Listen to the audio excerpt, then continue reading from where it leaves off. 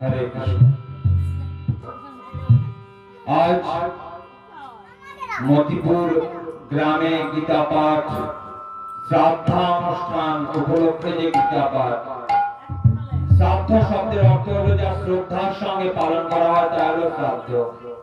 সেই শ্রাদ্ধ উপলক্ষে শ্রীমান নবকুমার মন্ডল মহাশয় তার স্মৃতি উপলক্ষে তিনি যেখানেই থাকুন তার আত্মার শান্তি কামনা করে আজ গীতা পাঠ অনুষ্ঠান শুরু করব। তবে প্রথমে আমি সেই পরম পিতাকে প্রণাম জানাই, এরপর আমি আমার পিতামাতার চরণে প্রণাম নিবেদন করি, এরপর আমি আমার শিক্ষা গুরুর চরণে প্রণাম নিবেদন করি যে জন্য আজ আমার এই আসনে বসা। এরপর এখানে আগত সমস্ত বয়োজ্যেষ্ঠ মাতৃগণের চরণ তলে এবং বয়োজ্যেষ্ঠ পিতৃগণের চরণ তলে আমার ভুলুণ্ঠিত প্রণাম নিবেদন করি। আজ এই যে গীতা পাঠের পবিত্রময় অনুষ্ঠান, তো গীতা পাঠ শুরু করার আগে সকলকে এখানে আসার জন্য আমি আমন্ত্রণ জানাবো গীতার পবিত্রময় বাণী শোনানোর জন্য। যে গীতা পবিত্রময় বাণী আজকের দিনে কেন এত প্রয়োজনীয় হয়ে পড়েছে আমরা আজকে শুনবো ধীরে ধীরে সেই গীতার পবিত্রময় বাণী। তাই মাইক্রোফোনের মাধ্যমে যারা শুনছেন তাদেরকে বলবো যে এখানে আসুন, জীবনের মূল্য আজকে একবার বুঝে যান যে কি কারণে আমরা মনুষ্য জীবন পেয়েছি, কেন আমাদের গীতা শোনা প্রয়োজন। এখানে আসুন এবং গীতার পবিত্রময় বাণী আমরা ধীরে ধীরে এগিয়ে নিয়ে যাব আপনাদের চরণ ধূলির স্পর্শে। আজকে এই গীতা, এই যে জায়গায় গীতা অনুষ্ঠিত হচ্ছে, একদিকে ধূপের ধোঁয়া, একদিকে মধুসূদনের বাণী, অপরদিকে সমস্ত খঞ্জনির শব্দে যেন আজ এই জায়গা পরম পিতার স্থান হয়ে দাঁড়িয়েছে। তাই চলুন গীতার সেই পবিত্রময় বাণী দিয়ে আমরা অনুষ্ঠানকে এগিয়ে নিয়ে যাব। তাই আরো একবার এই জায়গায় আসার জন্য সকলকে আমন্ত্রণ জানাই। চলুন গীতা কেন শুনবো আজকে আমাদের একটুখানি আগে আমরা জেনে নেব। গীতা হলো শ্রীকৃষ্ণ দ্বৈপায়ন বিরচিত মহাভারতের যে মোট 18টি পর্ব আছে, আদি, সভা, বন, বিরাট, উদ্ধব, ভীষ্ম, দ্রোণ, কর্ণ, শল্য, শক্তি, স্ত্রী, শান্তি, আশ্রমেধিক, আশ্রমবাসিক, মৌসল, মহাপ্রস্থানিক, স্বর্গারোহণ। এই 18টি পর্বের মধ্যে ষষ্ঠ পর্ব হলো ভীষ্ম পর্ব। সেই ভীষ্ম পর্বের 25 থেকে 42তম অধ্যায় গীতা নামে পরিচিত, যার মধ্যে 18টি অধ্যায় বর্তমান, যেগুলো অর্জুন বিষাদ যোগ, সাংখ্য যোগ, কর্মযোগ, জ্ঞান যোগ, সন্ন্যাস যোগ, ধ্যান যোগ এই নামে পরিচিত, এবং শেষ 18 নম্বর অধ্যায়ের নাম হলো মোক্ষ যোগ। এখানে আমি 18টা অধ্যায় আপনাদেরকে শোনাবো না। গীতায় 18টা অধ্যায়ে মোট 700 শ্লোক আছে। সেই 700 শ্লোকের ব্যাখ্যা আমি এখানে করব না। কতগুলো প্রশ্নের মধ্যে দিয়ে আমি এগিয়ে যাব, যেগুলো আমাদের জীবনের প্রশ্ন।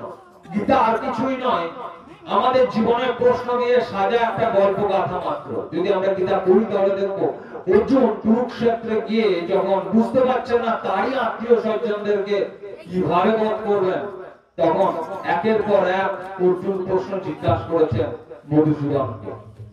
জীবনে শান্তি কি করে লাভ করা যায়, জীবনে সুখী কি করে হওয়া যায়, এই জীবনের চরম সত্য কি, এই ধরনের একের পর এক প্রশ্ন জিজ্ঞাসা করেছেন। আমি এখানে মাত্র 3টি প্রশ্ন রাখবো। জীবনের চরম সত্য কি, এবং যদি সেই সত্যকে আমি জানতে পারি তাহলে আমার কি করণীয় হওয়া উচিত, এই হবে আমাদের প্রথম প্রশ্ন। দ্বিতীয় প্রশ্ন হবে যে এই জগৎ সংসারে আমি এসেছি কিসের জন্য? শুধু খেয়ে ঘুমিয়ে আর সন্তান উৎপাদন করার জন্য জগৎ সংসারে এসেছি, না এর বাইরে আমাদের আর কোনো উদ্দেশ্য আছে? যদি সেই উদ্দেশ্য থেকে থাকে তাহলে সেই উদ্দেশ্য কি, এই হবে দ্বিতীয় প্রশ্ন। আর তৃতীয় প্রশ্ন হবে জীবনে সুখী আমরা কি করে হতে পারি, সুখী হওয়ার ফর্মুলা কি, গীতা থেকে আজকে শুনবো। এই 3টে প্রশ্নের মধ্য দিয়ে আমরা এগিয়ে নিয়ে যাব। তাই আরো একবার বলবো যে যেখানে দাঁড়িয়ে আছেন বা মাইক্রোফোনের মধ্যে শুনছেন, আমি বলবো যে এখানে আসুন। আজকে আমরা সবাই মিলে আজকের এই সন্ধ্যাটা উপভোগ করি। হয়তো আপনি টিভি দেখছেন কিংবা মোবাইলে ফেসবুক করছেন, হোয়াটসঅ্যাপ করছেন, কিন্তু আমাদের জীবনটা যে কেটে যাচ্ছে এবং কিভাবে কেটে যাচ্ছে আমরা বুঝতে পারছি না। তাই সকল গুরুজনের চরণ তলে আমার নমন এবং আমি অনুরোধ জানাচ্ছি যে এখানে আসুন এবং আজকের এই সন্ধ্যাবেলাটা আমি আপনাদেরকে কথা দিচ্ছি আপনাদের জীবনে নষ্ট হবে না। আমি যে কথাগুলো শোনাবো তার দ্বারা আপনি বুঝতে পারবেন যে সত্যি আমার জীবনের কর্তব্য কর্ম কি হওয়া উচিত, আমার জীবনের ধর্ম কি হওয়া উচিত, সত্যি আমি জীবনের সোজা রাস্তায় যাচ্ছি তো, নইলে জীবনের রাস্তা কোনটা, এর প্রত্যেকটা জিনিস আপনাদেরকে শোনানো হবে। তবে আর একটা হরিনাম শ্রবণ করে আমরা প্রথম প্রশ্ন আসবো যে জীবনের চরম সত্য কি, এবং সেই সত্যকে যদি আমি জানতে পারি তাহলে আমার কি করণীয় হওয়া উচিত, এইভাবে আমাদের প্রথম প্রশ্ন। তবে সেই পরম পিতাকে আরো একবার স্মরণ করে আমরা এই প্রশ্নের মধ্য দিয়ে গোটা গীতা পাঠ আমরা শুনবো। তো চলুন আরো একটা হরিনাম আমরা শুনবো। কৃষ্ণ নামে ভিখারি আমি, কৃষ্ণ বিনা কিছু নাহি জানি, কৃষ্ণ নামে ভিখারি আমি, কৃষ্ণ না কিছু নাহি জানি। তাই তোমরা নাম ভজনাম জপ পাগল মনে রে আমার, এই দুনিয়ায় কৃষ্ণ ছাড়া তোমার আপন কেহ নাই। কৃষ্ণ নামে ভিখারি আমি, কৃষ্ণ বিনা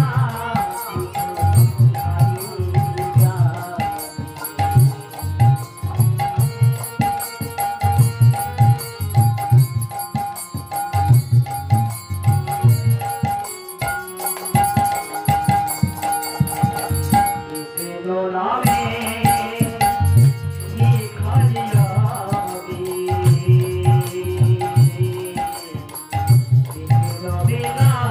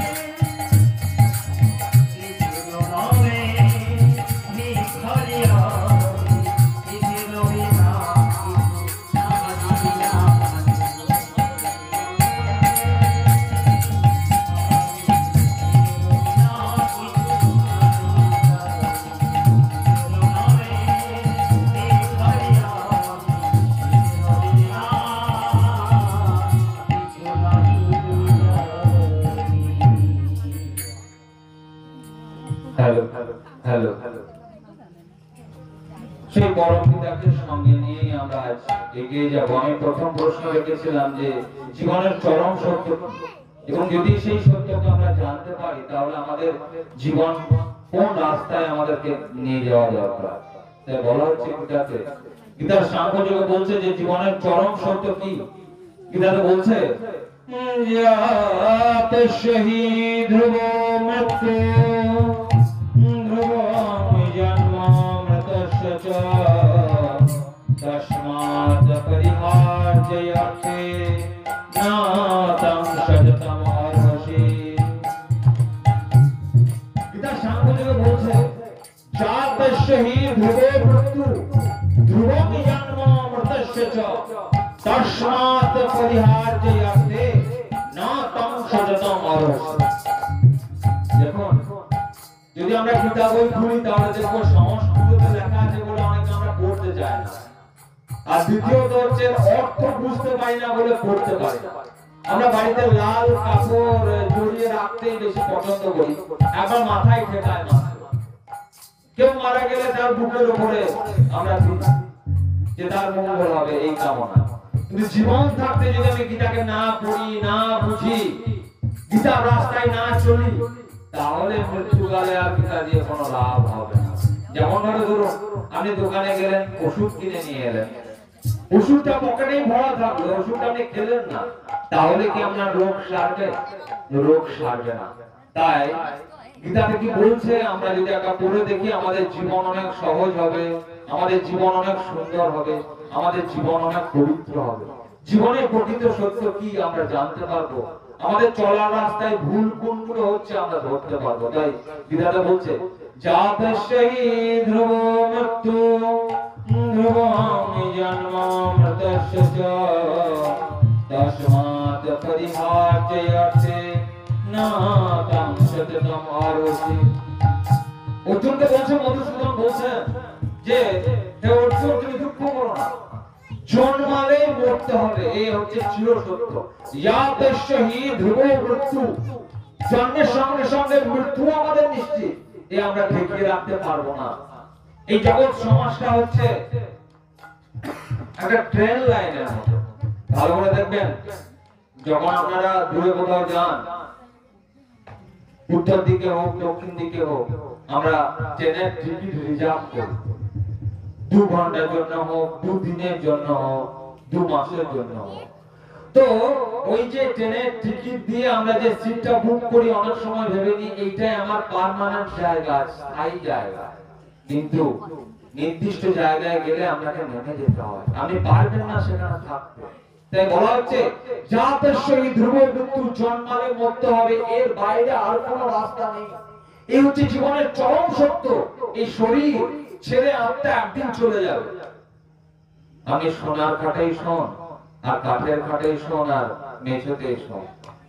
আমার এই শরীরটা ছেড়ে আত্মা একদিন চলে যাবে, হৃদয় পাখি একদিন বেরিয়ে চলে যাবে, তাকে আটকানো সম্ভব নয়।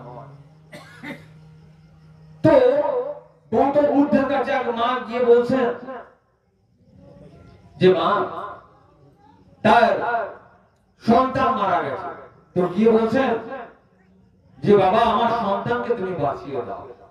গৌতম বুদ্ধ বোঝানোর চেষ্টা করছেন বিভিন্ন ভাবে যে দেখুন মা, যে একবার চলে যায় সে এই জগৎ সংসারে আর ফিরে আসে না।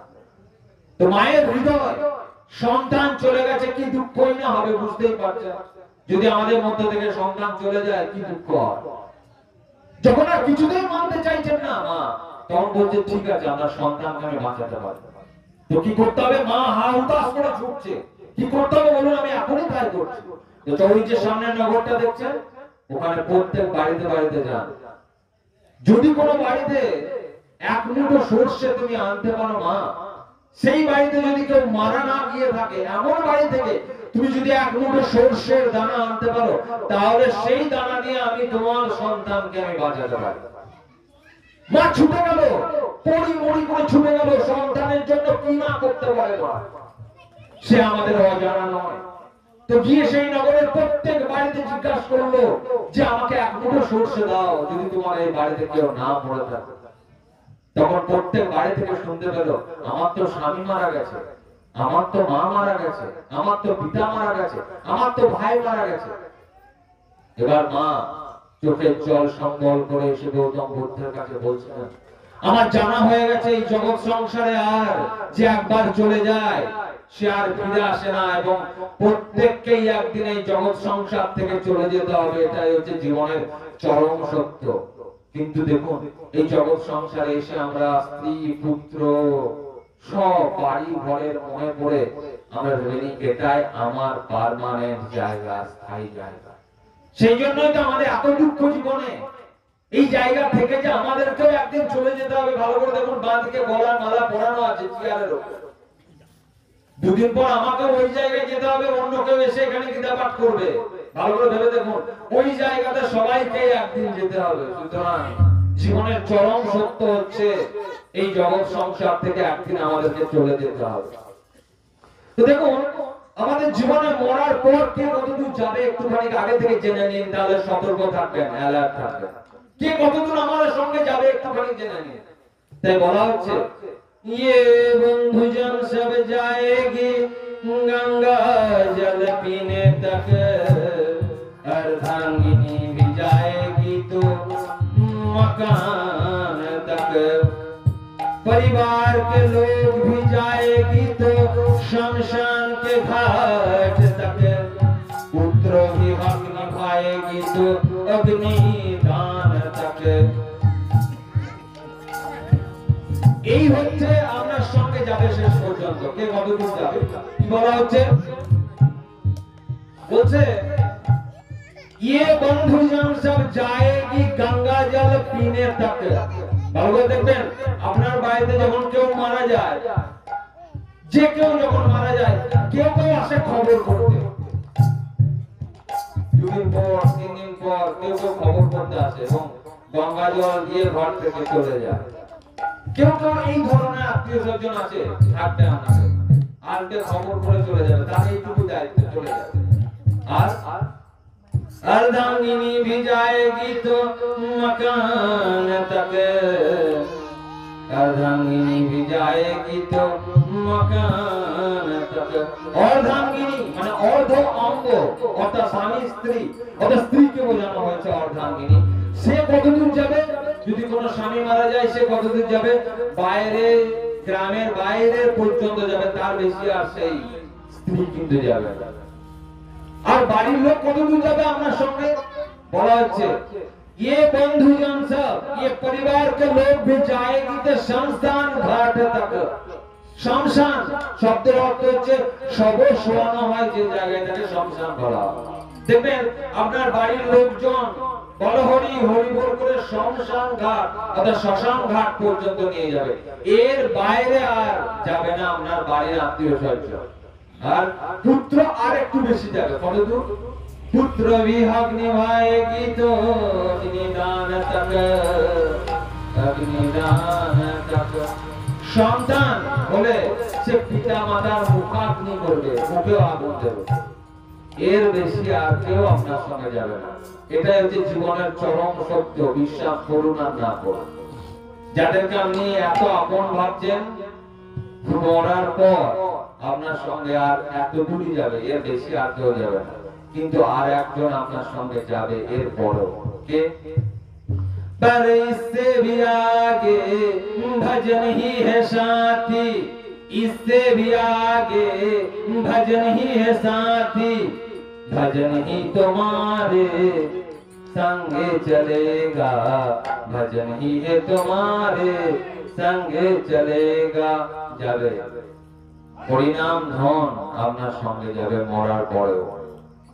তাই এই যে আপনাদেরকে গানের গীতা পাঠের মাঝখানে আজকে সারাদিন ধরে হরিনাম চলছিল, আপনারা শুনেছেন কিনা জানি না। আজকে একদম সন্ধ্যা পর্যন্ত, প্রায় 5:30 পর্যন্ত হরিনাম চলেছে এই জায়গায়। আবার এখানে প্রায় 6:45 থেকে গীতা পাঠ আরম্ভ হয়েছে। এই হরির ধ্বনির পবিত্র ফল আপনার সঙ্গে যাবে, আর কেউ যাবে না। বিশ্বাস করুন আর না করুন এই জগৎ সংসার থেকে। দেখুন, আমাদের এই শরীরটা মারা গেলেও আত্মা কিন্তু মরে না। তাই বলা হচ্ছে, আত্মা সম্বন্ধে বলছে বাসাংসি জীর্ণানি যথা বিহায় নবানি গৃহ্ণাতি নরো অপরাণি তথা বিহায় জীর্ণান্যানি সংযাতি নবানি দেহি।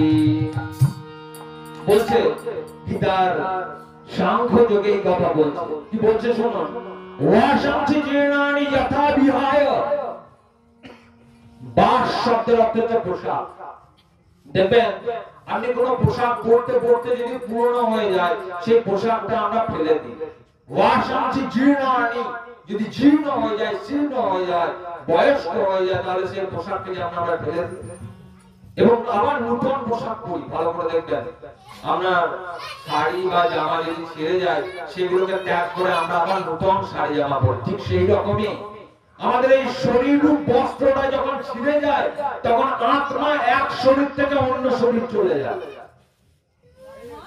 এই শরীর থেকে আত্মা এক শরীর থেকে, আত্মার মৃত্যুও নেই, আত্মার জন্মও নেই। তাই বলা হচ্ছে, দেখো আত্মা সম্বন্ধে বলছে যে নৈনং সিদ্ধান্তি শাস্ত্রাণি নৈনং দহতি পাবক না চৈনং ক্লেদ্যং তপ না শোষয়তি মারুত অচ্ছেদ্যায়ং অদ্যাজ্যায়ং অক্লেদ্যায়ং অশেষেব চ নিত্যং সর্বগতং স্থানুরোচলায়ং সনাতনং। বলছে আমাদের এই শরীর যদিও চলে যায়, আত্মার বিনষ্ট নেই। নৈনং সিদ্ধান্তি শাস্ত্রাণি, তুমি অস্ত্র দিয়ে তাকে কাটতে পারবে না। নৈনং সিদ্ধান্তি শাস্ত্রাণি নৈনং দহতি পাবক, তুমি আগুন দিয়ে তাকে পোড়াতে পারবে না, তুমি বাতাস দিয়ে তাকে শুকাতে পারবে না, তুমি জল দিয়ে তাকে ভেজাতে পারবে না। সুতরাং আত্মা নিত্য এবং আত্মা চিরস্থায়ী। সুতরাং আত্মা মরে না। আমাদের এই শরীরটা চলে যায়, আত্মা এক শরীর থেকে আর এক শরীর চলে যায়। তাহলে দেখুন, আমরা জানলাম যে জীবনের চরম সত্য হচ্ছে মৃত্যু। এর থেকে সত্য আর কিছু নেই, আপনি বিশ্বাস করুন আর না করুন। তাহলে প্রশ্ন হচ্ছে, এতদিন হয়তো আমরা অনেকে জানতাম না, বা জানার নাম করে অজানার নামেই থাকতাম, কিন্তু এবার যখন আমরা জানছি যে সত্যি সত্যি আমি এই জগৎ সংসারে বেশি দিন থাকবো না, আমাকে চলে যেতে হবে, তাহলে আমাদের কি করণীয় হওয়া উচিত? আমাদের কি করণীয় হওয়া উচিত? তাই গীতাতে বলছে, গীতার মোক্ষ যোগে, গীতার 18 নম্বর অধ্যায়ের 66 নম্বর শ্লোকে বলছে, দেখুন যেখানে গীতা পাঠ হয়, আমাদের এই যে টিমটা দেখছেন, আজ বহু দূর দূর গিয়ে আমরা গীতা পাঠ শুনিয়ে আসি মানুষের চাহিদা অনুযায়ী। মানুষ ইচ্ছা করে আজ গীতা পাঠকে শুনতে চায় জীবনের চরম সত্যকে। সেখানে গিয়ে আমি একটা কথা বলি যে দেখুন, স্কুলে পড়তে গেলে তার একটা নির্দিষ্ট বয়স দরকার হয়। মাধ্যমিক, এই যে গতকালকেই পরীক্ষা শেষ হয়েছে, মাধ্যমিক, উচ্চ মাধ্যমিক পরীক্ষা এই শুক্রবার থেকে আরম্ভ হচ্ছে আবার। তো দেখুন, মাধ্যমিক 16 বছরে দেয়, উচ্চ মাধ্যমিক 18 বছরে দেয়, গ্রাজুয়েশন আরো 3 বছরে, এমএ করতে গেলে আরো 2 বছর এরপর আছে। কিন্তু এই যে গীতা পাঠের আসর, এখানে কিন্তু আবাল বৃদ্ধ বনিতা, মানে একদম ছোট থেকে বয়স্ক পর্যন্ত, এখানে এ হচ্ছে সমাজের পাঠশালা। গীতার এই পরম পবিত্রময় জায়গা হচ্ছে জীবনের পাঠশালা, এখানে সবাই এসে পড়তে পারে। তাই দেখুন, আপনার আমি যেখানেই যাই সেখানেই বলি যে একটা খাতা পেন নিয়ে আসবে। কি করবেন খাতা পেন নিয়ে এসে? আমি যে শ্লোকের নামগুলো বলছি শুধু সেগুলো টুকে নেবেন। আজকে যতগুলো কথা বলবো গীতা থেকে আমি আপনাদেরকে প্রমাণ দেখিয়ে দেখিয়ে বলবো যে গীতাতে কি বলা হয়েছে, যেহেতু এখানে গীতা পাঠের জন্যই এই আসরের আয়োজন করা হয়েছে। তো আপনারা শ্লোকগুলো টুকে নিয়ে গিয়ে বাড়িতে গীতা বইটা খুলে একবার দেখবেন কি লেখা আছে, কি আছে। যদি আমরা গীতাটা লাল কাপড় মোড়ক জড়িয়ে রেখে দিই তাহলে কোনো লাভ হবে না। গীতাকে যদি আমরা না পড়ি, আমরা যদি সনাতনী হয়ে গীতাকে না পড়ি, তাহলে কি অসনাতনী গরু ছাগল ভেড়া গীতা পড়বে? তাহলে ভালো করে দেখুন, আমরা এই জগৎ সংসারে আমরা নিজেদেরকে হিন্দু বলে পরিচয় দিই। হিন্দু বলে কোনো ধর্ম নেই, তাকে সনাতন ধর্ম বলা হয়। আমরা নিজেরা সনাতনী হয়েও যদি গীতা না পড়ি, ভাগবত না পড়ি, উপনিষদ না পড়ি, তাহলে কি গরু ছাগল ভেড়ারা এইসব পড়বে? তাই বলা হচ্ছে, দেখুন যখন আমি জীবনের চরম সত্যকে জানতে পারছি, তখন আমার কি করণীয় হওয়া উচিত। তাই গীতার 18 নম্বর অধ্যায় মোক্ষ যোগে 66 নম্বর বলছে শ্লোকে, सर्वधर्मान् परित्यज्य मामेकं शरणं व्रज अहं तां सर्वपापेभ्यो मोक्षयिष्यामि मा शुचः।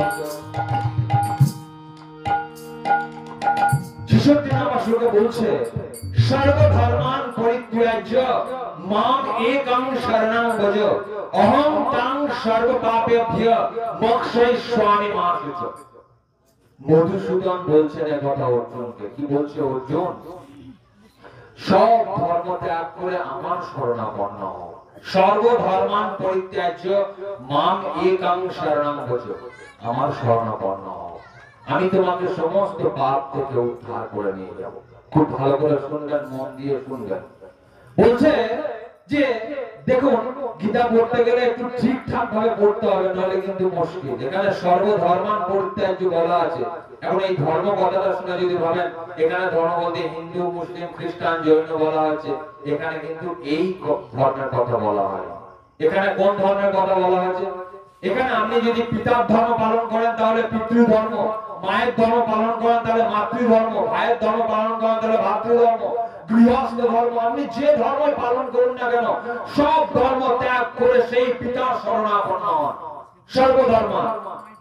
দেখুন, সনাতন ধর্ম এতটাই উদার যে এরা কখনো বলে না যে আমার মঙ্গল হোক।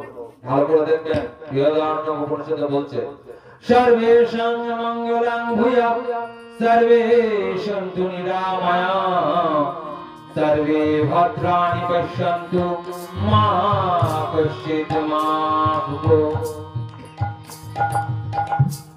সনাতন ধর্ম এতটাই উদার, এতটাই মহৎ, কখনো বলে না যে শুধু আমার মঙ্গল হোক, সে বলে সমস্ত জগতের মঙ্গল হোক।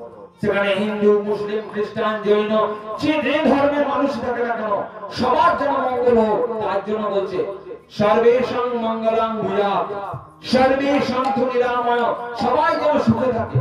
সর্বে ভদ্রাণি পশ্যন্তু, সবাই যেন সবার ভালো থাকে। মা কষ্টের দুঃখ ভাগ হবে, কারো যেন দুঃখ ভোগ না করতে হয়, কাউকে যেন এই জগৎ সংসারে সে দুঃখ ভোগ না করতে হয়। তাই দেখুন দাদা বলছে যে মধুসূদন বলছে যে তুমি সব ধর্ম ত্যাগ করে আমার শরণাপন্ন হও, আমি তোমাকে সমস্ত পাপ থেকে উদ্ধার করে নিয়ে যাব। এখন দেখুন, ঈশ্বরের কাছে যদি আপনি আত্মসমর্পণ করেন তাহলে ঈশ্বর আপনার সব দায়িত্ব নেয়। ভালো করে মন দিয়ে শুনবেন, প্রত্যেকটি কথা নাহলে বুঝতে পারবেন না। আবার বলছি আমি, যদি আমরা ঈশ্বরকে সবকিছু স্মরণ করে দিই, ঈশ্বর আপনার সব দায়িত্ব নেয়। জন্মের আগে থেকে আমাদের দায়িত্ব নিয়ে বসে থাকেন তিনি। কিভাবে? বলা হচ্ছে নাথা তো দাঁত দিয়া দুধ মাগো খবর হে খুদা কো তুম क्या करोगी समय है अभी भी सरले उसकी बेड़ा पार हो जाएगी भरसा रात उसकी।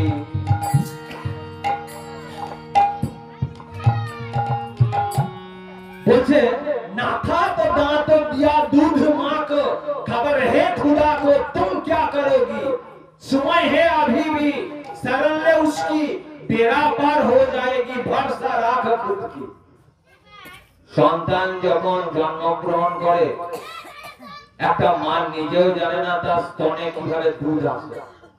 সেই পরম পিতা এতটাই দয়ালু, সেই পরম পিতা এতটাই কৃপাময় যে সন্তান জন্মানোর আগে মায়ের স্তনের দুধ দিয়ে পাঠায়, কারণ জানে যে সন্তান কঠিন খাবার খেতে পারবে না।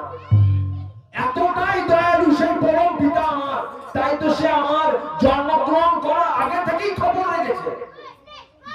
আবার আমরা বলি ঈশ্বর আমার জন্য কি করেছে, একটু বিচার করে দেখবেন কি করেছে, শুনুন তাহলে বুঝতে পারবেন। না থা তো দাঁত দিয়া দুধ মা কো খবর হে খুদা কো, ঈশ্বরের কাছে খবর আছে আমরা আসতে চলেছে জগৎ। সেই জন্যই তো জন্মানোর আগে থেকেই আপনার জন্য আহারের ব্যবস্থা করে রেখেছে। সারালে উসকে এখনো সময় আছে, ওনার স্মরণ নিয়ে তিনি এই জগৎ সংসার থেকে উদ্ধার করে আপনাকে নিয়ে যাবে। সেই জন্য বলছে যে সমস্ত ধর্ম পরিত্যাগ করে সেই পরম পিতার ধর্ম গ্রহণ করুন। তিনি কি করবেন দেখুন, তিনি আপনার সব দায়িত্ব গ্রহণ করবেন। গীতাতে বলছে, গীতার 9 নম্বর অধ্যায় রাজবিদ্যা রাজ গুহ্য যোগের 22 নম্বর শ্লোকে বলছে যে ঈশ্বরের যদি শরণ নিতে হয় তাহলে ঈশ্বরের কিভাবে আমরা শরণ নেব, তাই বলছে তার ফর্মুলা কি বলছে শুনুন। অনন্যশ্চিন্তয়তি মাং ये जना पर्युपासते तेषां नित्याभियुक्तानां योगक्षेमं वहाम्यहम्। गीतार 22 নম্বর শ্লোকে বলছে, অনন্যশ্চিন্তয়ন্তি ये मां पर्युपासते तेषां नित्याभियुक्तानां योगक्षेमं वहाम्यहम्। দেখবেন আপনারা অনেকে এলআইসি করে থাকেন, বছরে একটা টাইম বা মাসে মাসে একটা টাইম দিয়ে এলআইসি করা আছে। দেখবেন এলআইসি থেকে আপনাদেরকে ডায়েরি দেয় বাড়ি, সেই ডায়েরিটার উপরের পাতায় দেখবেন দুটো হাত আছে আর মাঝে একটা শব্দ লেখা আছে। সেই শব্দটা গীতা থেকে নেওয়া হয়েছে। কি লেখা আছে সেখানে? যোগক্ষেমং বহাম্যহম। দেখবেন আজকে বাড়িতে গিয়ে আমি যদি এলআইসি করে থাকেন তাহলে দেখবেন এই কথাটা নেওয়া হয়েছে এবং এই গীতার ট্যাগ লাইনটা গীতা থেকে নেওয়া হয়েছে। কি বলা হচ্ছে যে সেই পরম পিতা যোগ এবং ক্ষেম দুটোই গ্রহণ করে আমাদের। যদি আমরা তাকে অনন্যশ্চিন্তয়ন্তি যে মান ये जना पर्युपासते, যদি আমরা অনন্য চিত্ত হয়ে, অনন্য চিত্ত মানে অন্য কোনো দিকে মন না দিয়ে যদি সেই পরম পিতার আরাধনা করি তাহলে আমাদের যোগ এবং ক্ষেম দুটোই বহন করে। কি যোগ আর ক্ষেমই বা কি? যোগ শব্দের অর্থ হচ্ছে অলভ্যস্য লাভ যোগ, যেটা আমার নেই সেটা আমাকে এনে দেয়। আর ক্ষেম শব্দের অর্থ যেটা আছে সেটা আমরা রক্ষা করে। তাই যদি আমরা পরম পিতার অনন্য চিন্তক হয়ে যদি আমরা সেবা করি, সেই পরম পিতার পদতলে যদি আশ্রয় গ্রহণ করি, সবকিছু যদি সব ভার তার পদতলে আমরা দিই তাহলে আমাদের সব দায়িত্ব গ্রহণ করবে। গীতাতে সে কথায় বলা হচ্ছে। চলো সেই পরম পিতা আমরা আরো একটা হরিনাম শ্রবণ করে আমি আপনাদেরকে শোনাবো সেই পরম পিতা আমাদের কাছ থেকে কি চায়। যদি আমি সত্যি সত্যি ঈশ্বরের ভক্ত হতে চাই তাহলে আমার কি কোয়ালিটি হওয়া উচিত, আমার মধ্যে কি গুণ থাকা উচিত, কেমন ভক্ত ঈশ্বর পছন্দ করে আপনাদেরকে শোনাবো। এবং সেই ঈশ্বর আমাদের কাছ থেকে কি চায়, সে কি 64 ভোগ খেতে চায় প্রত্যেকদিন, না কি চায় আমাদের কাছে, সেই কথাই শোনাবো। তবে আরো একটা সেই পরম পিতার ধ্বনি শ্রবণ করে আমরা এই প্রশ্নের মধ্য দিয়ে এগিয়ে যাব। আজকে সকলের চরণ তলে আমার নমন। এই মতিপুর গ্রামের সকল ভক্তবৃন্দের চরণ তলে সকলকে বলবো যে আসুন এবং গীতার পবিত্রময় বাণী শ্রবণ করে নিজের জীবনকে ধন্য করুন, নিজের পরিবারের মঙ্গল করুন, নিজের সন্তানের কল্যাণ করুন। এর থেকে আর কি বলবো। তাই যে যেখানে আছেন মাইক্রোফোনের মাধ্যমে যে যেখানে শুনছেন সকলকে আমি করজোড়ে নমন করে বলে আজকে আসুন এবং গীতার পবিত্রময় ধ্বনি শ্রবণ করুন। চলুন সবাই মনে মনে অন্তত হরিকে ডাকুন একবার, সে ছাড়া আমাদের আর কোনো গতি নেই। কেউ যাবে না আপনার সঙ্গে, কেউ থাকবে না আপনার সঙ্গে, কিছুই এই জগৎ সংসারে আপনি নিয়ে যেতে পারবেন না। সুতরাং সেই ধ্বনি শুনে সেই ধন একবার নিজেদের মধ্যে জমা করুন, সেই হরিধন সঞ্চয় করুন। জীবনের শেষ বেলায় কাজে লাগবে, সারাটা জীবন বৃথা চলে যাবে, অথচ আমরা এই ধন সঞ্চয় করতে পারবো না। তাই যখন একবার সুযোগ পাচ্ছেন তখন একবার সেই হরিধনি শ্রবণ করে হরিধন সঞ্চয় করুন। তাই চলুন সবাই এক সুরে মনে মনে আমরা গাইবো সেই পরম পিতা। তোর আনন্দে যাবে সবাই একসাথে মনে মনে বলুন, ভজে গুরুর নাম, গুরু মাতা গুরু পিতা গুরু ভগবান। তোর আনন্দে যাবে ভজে গুরুর নাম, গুরু মাতা গুরু পিতা গুরু ভগবান। তোর আনন্দে যাবে ভজে গুরুর নাম, গুরু মাতা গুরু পিতা গুরু ভগবান। তোমার আনন্দে যাবে ভজে গুরুর নাম, গুরু মাতা গুরু পিতা গুরু ভগবান। গুরু মাতা গুরু পিতা গুরু ভগবান।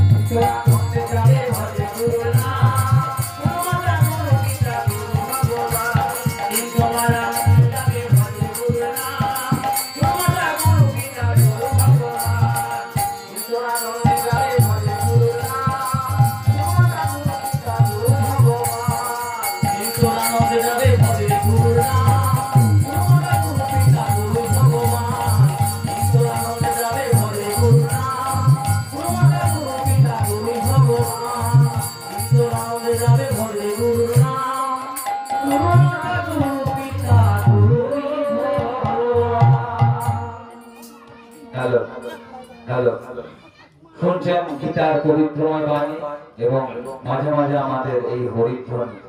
আজ এই জায়গাটা যেন এক স্বর্গীয়ময় জায়গায় পরিণত হয়েছে। হরিধ্বনি, গীতার ধ্বনি, বয়োজ্যেষ্ঠদের পদধূলির ধ্বনি, ধূপের ধোঁয়া সব মিলিয়ে যেন আজ এই জায়গা যেন স্বর্গীয় জায়গায় পরিণত হয়েছে। তাই চলুন, বর্তমান দিনে যদি কোথাও হরিনাম হয়, যদি কোথাও কীর্তন হয়, যদি কোথাও গীতা পাঠ হয়, যখন আমরা কেউ বলি চলো না একটু যাই শুনে আসি, আমরা কি বলি? তোমার বাবু সময় টময় নাই, কাজকর্ম নাই, তুমি যাও। আমার এত কাজ, আমি যাবো কি করে? ভালো করে ভেবে দেখুন, কালকের দিনটা আমার জন্য আছে কিনা জানি না, কিন্তু সংসারের চিন্তায় মশগুল। ঈশ্বর দূর থেকে আসার বলে বাপ আমাকে ডাকার তোমার সময় নেই। সবকিছু করার সময় আছে, খাওয়ার সময় আছে, ঘুমানোর সময় আছে, ফেসবুক করার সময় আছে, টিভি দেখার সময় আছে, বন্ধু বান্ধবের সঙ্গে ঘুরতে যাওয়ার সময় আছে। আমাকে তোমার ডাকার সময় হবে না, সময় নেই তো তোমার আমাকে ডাকার। চলুন আজকে গীতা পাঠের মধ্যে দিয়ে শুনুন জীবনের সেই প্রকৃত সত্য এবং কোন রাস্তা দিয়ে আমরা চলেছি এবং কোন রাস্তায় আমার যাওয়া উচিত ছিল একবার শুনে নিন। তাই দেখুন, আমরা শুনলাম যে সেই জীবনের চরম সত্য কি আর আমাদের কি করা উচিত, সেই চরম গোবিন্দের চরণ তলে স্মরণ করা উচিত। তাই গোবিন্দ আমাদের কাছ থেকে কি চাই জানেন? কি চাই আমাদের? তিনি কি প্রত্যেক দিন ওই 56 ভোগ চাই খেতে, না কি বলছে? চলুন গীতা অনুসারে শুনে। বলছে গীতার 9ম অধ্যায় তার 26 নম্বর শ্লোকে বলছে, বলা হচ্ছে পত্রং পুষ্পং ফলং তোয়ং ইয়ো মে ভক্ত্বা প্রযচ্ছতি তদহং ভক্তা পূর্বমস্নামি প্রযত্নাত্মনম। বলছে ঈশ্বর আমাদের কাছ থেকে কি চাই? দেখুন ভালো করে, কি চাই আমাদের কাছ থেকে? বলছে পত্রং পুষ্পং ফলং তোয়ং ইয়ো মে ভক্তা প্রযচ্ছতি। খুব সোজা সোজা শব্দতে বলেছে, খুব কঠিন শব্দ নেই গীতার মধ্যে। কি বলছে? পত্রং, প্রথম হচ্ছে পাতা, একটা তুলসী পাতা দিলেই সেই গোবিন্দ আমার আনন্দিত, তাকে লাগে না 56 ভোগ। পত্রং পুষ্পং, পুষ্প শব্দটা সবার আমাদের জানা, পুষ্প শব্দের অর্থ হচ্ছে ফুল। পত্রং পুষ্পং ফলং তোয়ং, ফল শব্দ আমরা সবাই জানি। ফলং এটা হচ্ছে ফলং শব্দের ক্লিবলিঙ্গ শব্দ, যাই হোক আমি এত গ্রামারে যাব না, ক্লিবলিঙ্গ শব্দ, তাই ফলং দ্বিতীয় এক বচন। তো ফলং তোয়ং, তোয় শব্দের অর্থ হচ্ছে জল। ঈশ্বর বলছেন আমার এই চারটের মধ্যে একটা দিলে আমি সন্তুষ্ট, এবং যদি তুমি আমাকে হৃদয় থেকে দাও তবে, অহংকার নিয়ে দিলে নয়। বলছে পত্রং পুষ্পং ফলং তোয়ং ইয়ো মে ভক্ত্বা প্রযচ্ছতি। তাহলে পত্রং মানে পাতা, পুষ্পং মানে ফুল, তোয়ং মানে যে জল, ফলং মানে হচ্ছে ফল। এর যে কোনো একটা দিলেই সেই পরম গোবিন্দ আমার সন্তুষ্ট। তাকে লাগে না প্রত্যেকদিন 56 ভোগ, কোথাও লেখা নেই যে আমাকে এই এই দিয়ে ভোগ লাগাতে হবে। গীতা পড়ে দেখুন কি বলছে, আপনার সামর্থ্য অনুযায়ী, আপনার যেটুকু সামর্থ্য আছে, বাড়িতে তো একটা তুলসী গাছ আছে, তার একটা পাতা দিয়ে সেই শ্রীহরির চরণ তলে নিবেদন করুন। চোখের জল আমার শ্রীহরি সহ্য করতে পারে না কোনো ভক্ত। তাই বলছে যে তোমার কাছে এর যা কিছু আছে তুমি সেইগুলো দিয়ে আমাকে নিবেদন করো, এর থেকে বেশি আমি আর কিছু চাই না তোমাদের কাছ থেকে। তাই বলছে গীতাতে বলছে যে সেই পরম পিতা সবকিছু নিবেদন করুন। এবং আমরা অনেকেই বলি, এই যে কিছুক্ষণ আগেই বলছিলাম যে অনেক মাই বলে যে আমার বাবু সকাল থেকে উঠে কাজকর্ম করার জন্য সময় হয় না, ওইকে ডাকার সময় কোথায়? ছেলেকে স্কুলে পাঠাতে হয়, স্বামী কোথাও কাজে যায়, তার জন্য খাবার তৈরি করে দিতে হয়, বাড়ি রান্না বান্না আছে, ঈশ্বরকে ডাকার সময় কোথায়? তাই ঈশ্বর সহজ করে দিচ্ছে।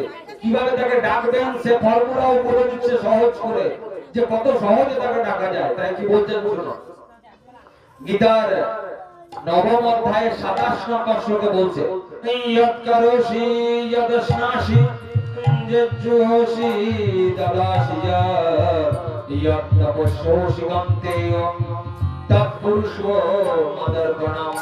গীতা বলছে ইয়ৎ করোষি ইয়ৎ স্নাসি ইয়ৎ স্নাসি, তুমি যাই কাজ করবে করো, আমাকে স্মরণ করে করো। ইয়ৎ করোষি ইয়ৎ স্নাসি যজ্জুহসি দাদাসিয়া, তুমি যা কাজ করছো, তুমি উঠান দেখাচ্ছো, তোমার তো বলার সময় নেই, তুমি উঠান দেখাচ্ছো, তো মনে মনে বলো হরে কৃষ্ণ আমার নিকানোটা শুনতে হবে। আপনি রান্না করছেন, হরিনাম সঙ্গে করে রান্না করুন, আপনার রান্না পবিত্র হবে, আপনার রান্নার স্বাদ যুক্ত হবে। যে রান্নার সঙ্গে হরির স্বাদ মিশে যায়, সে রান্না কতটা স্বাদের হতে পারে। তাই তুমি যা কাজ করবে, তুমি যেখানে যাচ্ছ, হরিনাম সঙ্গে করতে করতে যাও। তুমি না বললে তোমার সময় নেই, তুমি এখনই তো বললে তোমার সময় নেই, সংসারের কাজ করতে করতে তোমার মধুসূদনকে ডাকার সময় কোথায়? তাই তো তুমি ডাকো, যখন তুমি সময় পাবে, তুমি বাড়ি তুমি কোদাল চড়াচ্ছ, তখন হরে কৃষ্ণ বলতে বলতে কোদাল চড়াও। তুমি যখন রান্না করছো, তখন তুমি হরে কৃষ্ণ বলতে বলতে তুমি রান্না করো। তুমি যখন রাস্তায় যাচ্ছ, তখন তাকে স্মরণ করে রাস্তায় চলো, তোমার অ্যাক্সিডেন্ট হবে না, মনটা সহজ রাস্তায় যাবে। দেখুন গীতাটা বলছে যে ভোজন করার আগেও সেই পরম পিতাকে স্মরণ করে ভোজন করতে হবে। মন দিয়ে শুনবেন একটু, আমরা যে খাবার খাই, খাবার খাওয়ার আগে ঈশ্বরকে স্মরণ করে খাবার খাওয়া দরকার। যদি আমরা ঈশ্বরকে স্মরণ করে ভোজন না করি, ঈশ্বরকে স্মরণ না করে যদি ভোজন করি, তাহলে আমি একজন চোর হব, চোর। গীতাটা বলছে, গীতা 2 নম্বর অধ্যায় বলছে, কি বলছে শুনুন, গীতা 2 নম্বর অধ্যায় কর্মযোগের 12 নম্বর শ্লোকে বলছে, ইষ্ট্বান ভোগান হিব দেবা দাস্যন্তে যোগ্য ভাবিতাঃ ত্বয়ের দত্ত্বান প্রদায়ভ্য যভন্তেস্তেন এবশ। গীতার কর্মযোগের 12 নম্বর শ্লোকে বলছে, ইষ্ট্বান ভোগান হিব দেবা দাস্যন্তে যোগ্য ভাবিতাঃ ত্বয়ের দত্ত্বান প্রদায়ভ্য যভন্তেস্তেন এবশ। তেন মানদিষ্টু, যদি আমি খাবার সময় ঈশ্বরকে স্মরণ না করে ভোজন করি, তাহলে আমি একজন চোর হব, চোর। আর সেই খাবারটা হয়ে যাবে অসৎভাবে পরিণত হবে। এখন আমার মনে প্রশ্ন হচ্ছে, আমার বাবার জমিতে আলু হয়, আমার বাবার জমিতে ধান হয়, ঈশ্বরকে দিলাম আর না দিলাম, আমি চোর হবো কেন? তুমি এই কথা কি বলে যাচ্ছ? দেখো কিসের জন্য কথা বলছে, একটু বোঝার চেষ্টা করবে। দেখো আমাদের জমিতে যে ধান, পটল, মূলো, বেগুন হয়, সেই জিনিসটাই কিন্তু আপনার বেডরুমে হবে না, যেখানে আপনি ঘুমান সেখানে কিন্তু হবে না। কেন হবে না? যদি ফসলের উপর সূর্যের কিরণ না পড়ে হবে না, চাঁদের জ্যোৎস্না না পড়ে হবে না, যদি বরুণ দেবতার আশীর্বাদ না হয় হবে না, পবন দেবতার আশীর্বাদ না হয় হবে না।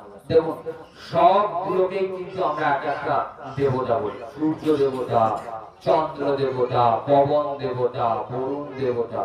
এবার ভালো করে ভেবে দেখুন, সবার জন্য ফসলটা হলো, আর আপনি যখন খাচ্ছেন তখন তাদেরকে নিবেদন না করে খেয়ে নিচ্ছেন।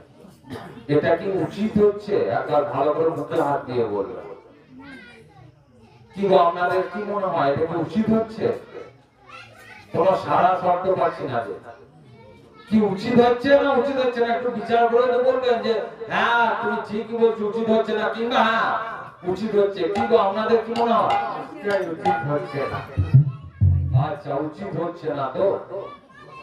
তাহলে এই সংস্কার আজকে নিয়ে যান, আর যে সন্তানদেরকে শেখান যে বাবা ভোজন করার আগে ঈশ্বরকে স্মরণ করো, সেই তোমাকে খাবার জোগাচ্ছে।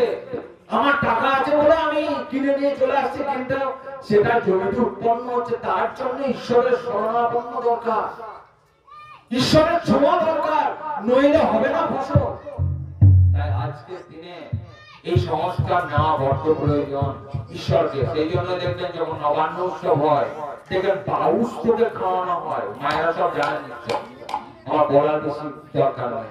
এই যে বাউস থেকে খাওয়ানো হয়, ভালো করে দেখবেন যে এই জন্যই আপনি যখন খেতে বসবেন অন্তত ঈশ্বরকে একবার স্মরণ করুন যে হে ঈশ্বর, তোমার জন্য এই অন্ন জুটছে, সুতরাং এটা তুমি গ্রহণ করো। আর যখনই আপনি এটা বলবেন সেটা প্রসাদে পরিণত হবে। প্রসাদ ভালো করে ভেবে দেখুন, খাবার দ্রব্য আর প্রসাদের মধ্যে পার্থক্য কোন জায়গায়?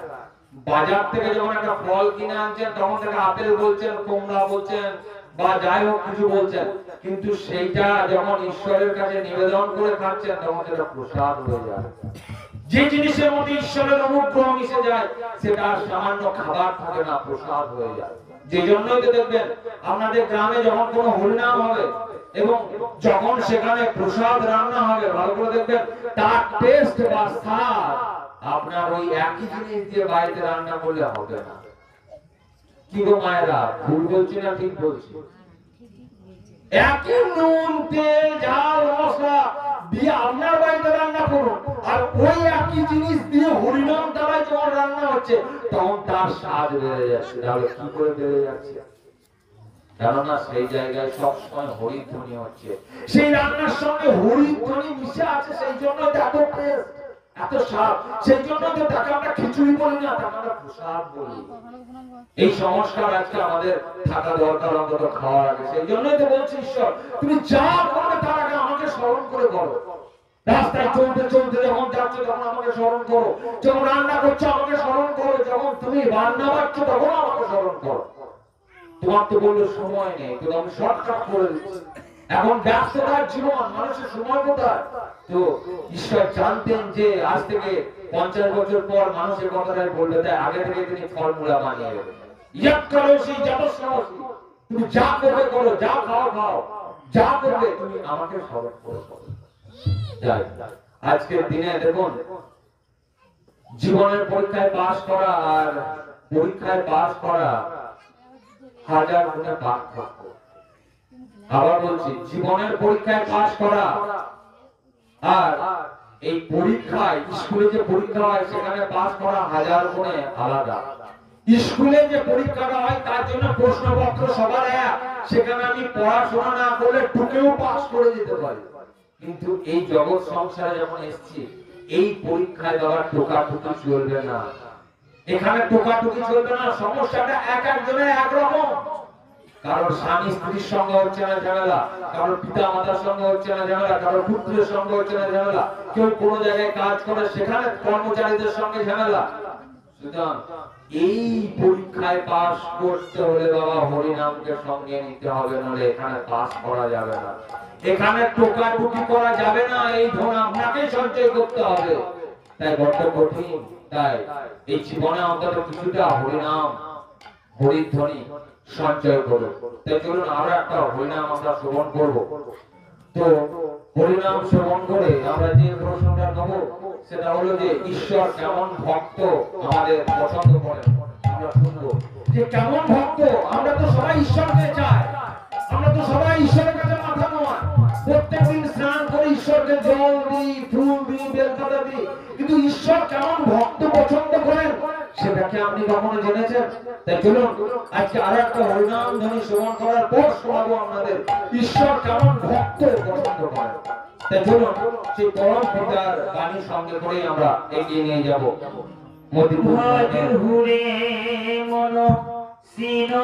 সবাই একসাথে মনে মনে স্মরণ করুন, আবার মনে আসবে এই দিন জানার ভজ হুরে মন সিনন্দে নন্দন অভয় চরণার বিন্দরে।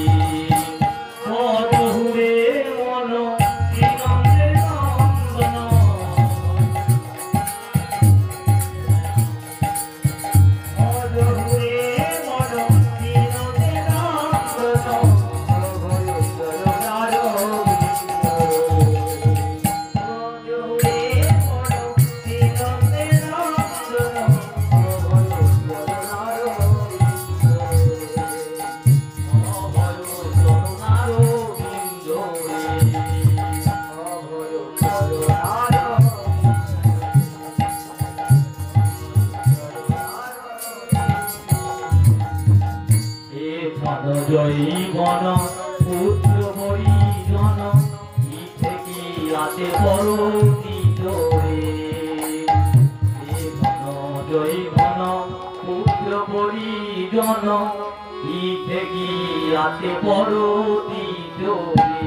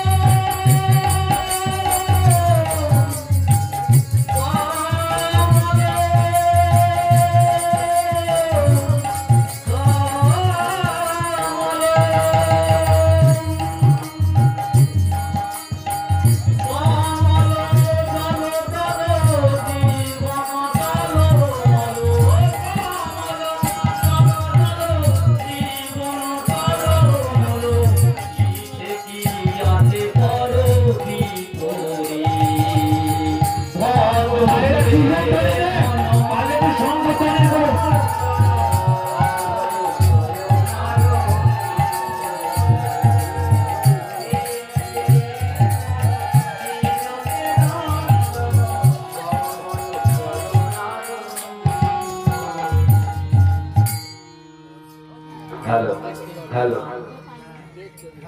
আপনারা গান শুনছিলেন, সেখানে বলা হচ্ছিল জীবন জলদল টলমল। শুনছিলেন গান? পদ্ম পাতায় জল দেখেছেন তো, কতক্ষণ থাকবে আমরা জানি না।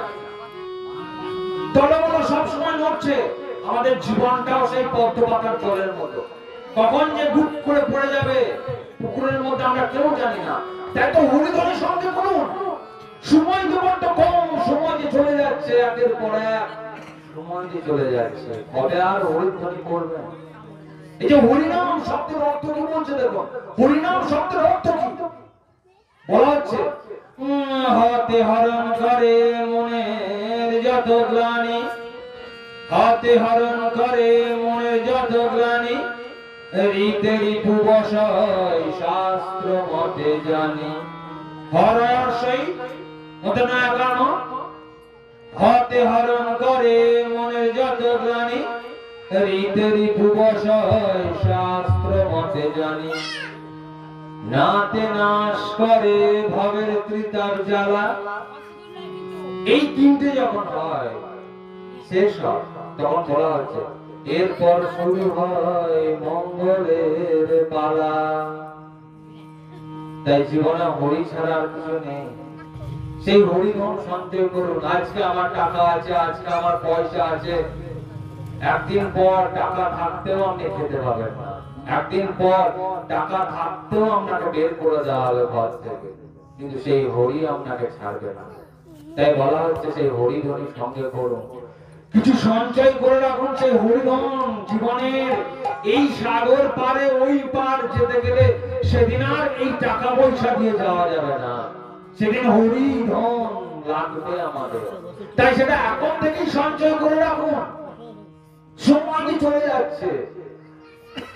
দেখুন, জীবনের সব থেকে মূল্যবান জিনিস কি জানেন? জীবনের সব থেকে মূল্যবান জিনিস ভেবে দেখুন তো কি হতে পারে। কেউ বলবেন টাকা পয়সা, কেউ বলবেন হীরা জহরত, অনেকে অনেক কিছু বলবেন, কিন্তু চাণক্যমণি কি বলছে দেখুন, জীবনের সব থেকে মূল্যবান জিনিস আয়ুষোখানং এপোপি লভ্যতে স্বর্ণকটিভিঃ। আয়ুষোখানং এপোপি লভ্যতে স্বর্ণকটিভিঃ ন চ নিরার্থকং নীতি কাচানি ততো